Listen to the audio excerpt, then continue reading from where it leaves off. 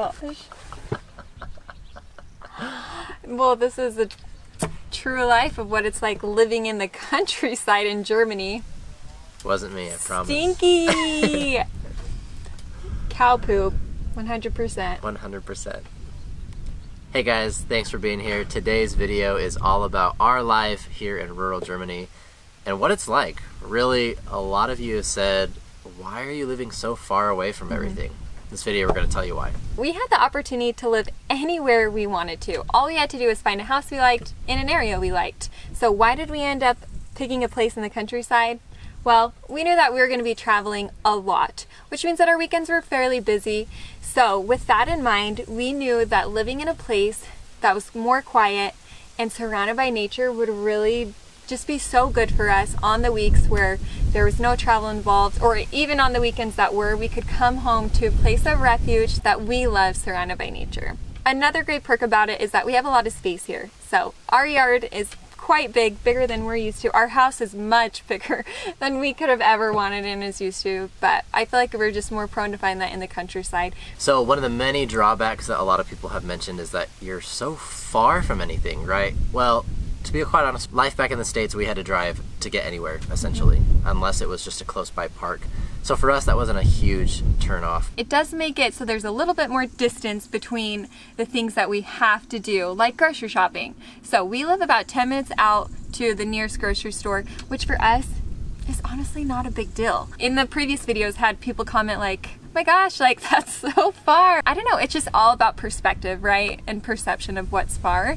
And to us, the 10-minute drive to a grocery store is just not a big deal. Yeah. Luckily, it's not any further. We wouldn't want it to be much further. But now that we've been here a little bit longer, we are starting to realize, mainly Marissa, that where she's home and I have the car, if I'm not able to work from home, that it does get a little hard to balance those outings and just to get out, not to be in the house all the time. Yeah, so although we love the quiet, solitude of living out in countryside, I definitely do miss being able to just have the freedom to go where I want. Not even that I would go necessarily, but just knowing that I can if I'm invited to go somewhere or if I want to go and explore new areas with Willow while Tanner's at work. Yep.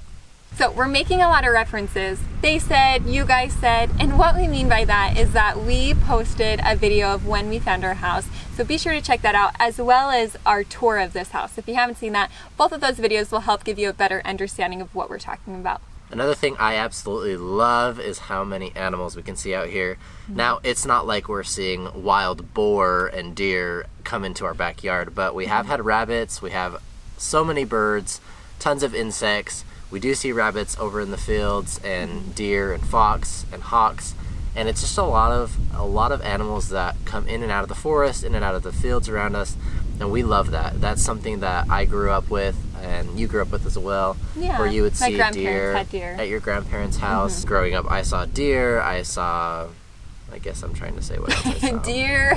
I mean, I saw a moose. I saw a moose print in our yard once. But we see more animals here than the average person would in the city or even in a smaller subdivision, I feel. I don't really know if it's safe to call those rabbits just rabbits. Guys, they are huge.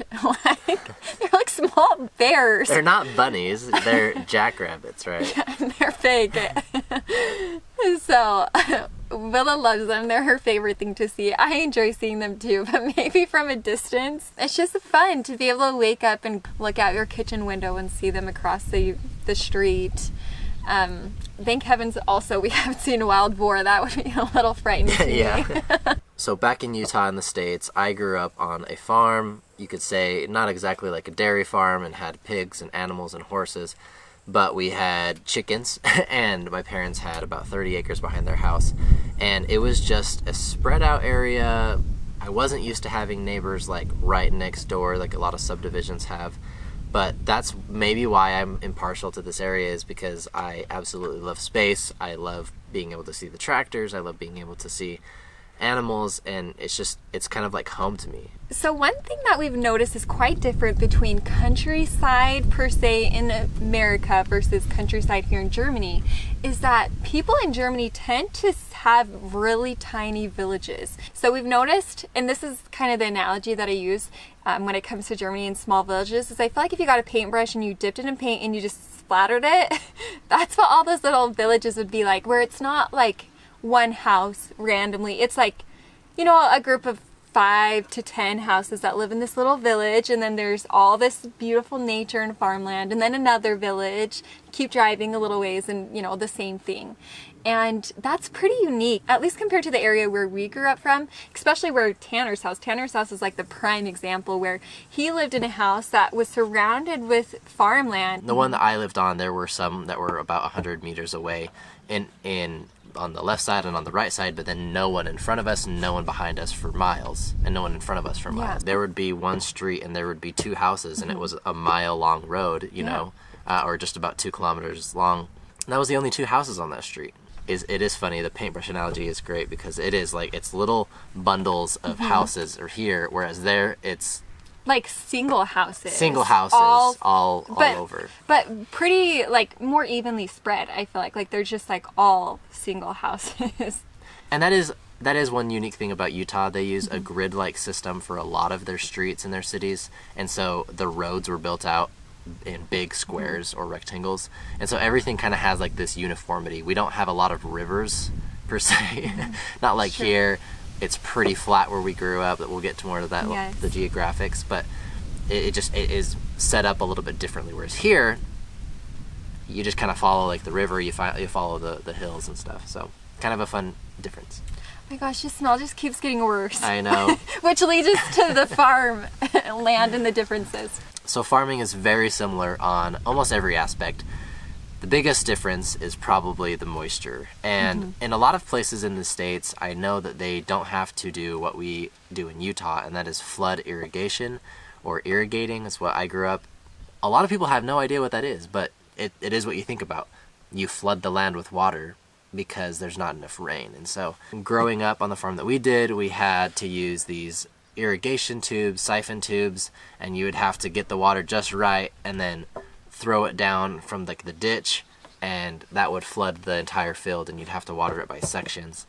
Very tedious, very time consuming, and it took up, like I said, a lot of time. It was like middle of the night. You had to go and rotate pipes and all stuff, hours. Right? You typically had 1 to 3 days that was your turn, depending on time of the year, how much water was available. And yeah, there were times where I would come home from school to check on the water. I would have to wake up at midnight and go and check on the water, and so we're out there with flashlights seeing how it's going along. And that's really hard, because if there's high spots or low spots, it's going to stay to the low spots, so you have to like build up a little bit of dirt so it gets to the other side. So just a lot of work. Farmer Tanner, did you guys know? But here you get so much dang rain that everything grows. We mentioned that you don't have to water our lawn. It's awesome, and I think that saves a lot of time for farmers here that is spent irrigating back in the States. And I can imagine how much money as well. I mean, just saved on water. It costs money to have the water rights there too, but then you've got the equipment you have to maintain, the tubes, the time.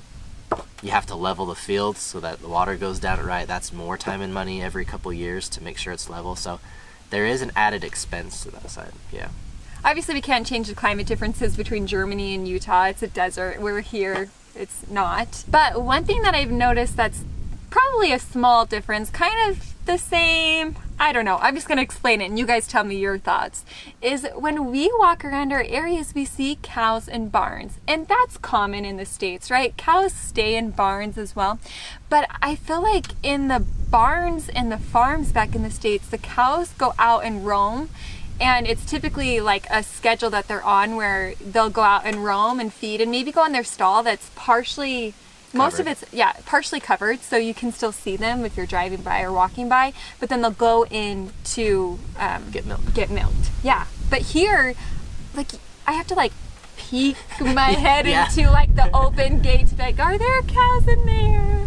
And you can smell them, but it's different and it's unique, and we've heard that that's really typical for all of Germany except for down in the Alps, and that's really the only area where they do freely range with, you know, with the typical cowbells. And I just want to ask you guys, like, is that common or is that just specific to our area? Give us your thoughts, because it's kind of unique to see. And they're like, also to mention, they're like small barns. So in the States, I feel like you get mass farms and very large farms. So it's kind of, I think it's really cool to see small sized farms where it's still worth it for farmers to have cows. Now, one thing, we don't know everything about the cows and dairy farms here in Bavaria, nor in the States, but we're just talking about where we grew up in southern Idaho, northern Utah. That's kind of how it was. So, just kidding. We found some free ranging cows here. They're cute. Now, for the real stinky problem around here. I don't know what it is, but manure has a lot of nutrients. I understand that. And my dad is an animal nutritionist, and so he's told us probably more times than I can count the benefits of it, and sometimes when you want to fertilize with manure, right? But here, I swear they like concentrate it. It's bad. And I know that they have these big barrels on the back of a tractor that they pull around and they spray it out. But then they also have other ones that just mulch it up and spit it out. We're more used to the mulch and spread it out kind of thing. That's what we grew up seeing. But here, man, when they spray that stuff, and I think that's what they've been doing today. Ooh. And I feel like we've seen it on the same field multiple times. Like, it's not just like one manure per field. It's like multiple manures on like one field. We're all for using our natural resources that are around us. We're all for that. It's just some stinky business. Yeah. So one thing we noticed in the countryside is there are a ton of these hunting blinds everywhere. Typically in the US, and especially in Utah, we typically see these for like duck hunting, but people will set them like in the ground, and I guess they do have tree blinds in the forest for deer and elk hunting and such, but just not as many as we've noticed here, and they're in fields in the wide open, so it's not exactly like they're hidden. So are these for like animals? Deer? Boar? We're gonna try and find out. As far as crops go, there's wheat, there's corn, there's grass. It's all pretty much the same. I haven't seen onions around here, but those are all pretty similar back in the States. But we do have a lot of onions that we grow in our area that both my grandpa and my dad have both grown in their fields. The most interesting thing that we've seen, and we love this, is they integrate flowers in with some of the wheat or the barley fields that we've seen here, which is awesome. That's beautiful for one. There's little blue ones, especially next to the field that we live by, and we just think that it's great because it probably just invites more pollinators, more bees, and more other insects to do there. Is it on purpose? It looks almost even to me. So I don't know if they just throw seeds when they're planting and that's just how they go, or if it just happened to be that they transmitted. Do you guys know? Yeah. Let us know, like, because that'd be really cool. I thought it was on accident. Well, so. I think on some of the fields it looks like it's only in the first couple yards, or meters, but then in other fields it looks like it was spread pretty evenly throughout. So let us know, is that on purpose to attract more pollinators and make it healthy, or that just happened to be what we saw? Hands down, all the flowers here are so beautiful. And another reason why we love living in the countryside. Right behind our field, we have a wildflower field, and they're all over in Germany, and I love that. Another thing is hills. Germany has a lot of hills, especially where we live. We live close to several volcanoes within a half an hour's drive of us, and that's pretty cool for one. But then secondly, it adds to the topography and like the look, and you have like little small sections of forest and then farm and then forest and then farm, and it's thick forest too. Whereas in Utah it is flat for the most part. You'll get an occasional dip down into a riverbed, but it's pretty much just flat. Well, we have huge mountains, so it's like the valley side where everyone lives, right? And then you get the fair point. Yeah. It's very tall, large mountain ranges, and then in the valleys it's pretty flat, generally speaking. And that's why irrigation, like the way we do it, works. A lot of places do have to use sprinkler pipe, which is big metal sprinkler pipes, and then they put a hose on it and it has a sprinkler on it. That works good for areas like here in Germany. That's what they would have to use if it didn't rain enough. But we enjoy seeing the hills. It's fun. It makes great workout running, and so hard. And it's a lot harder, but it's a lot of fun.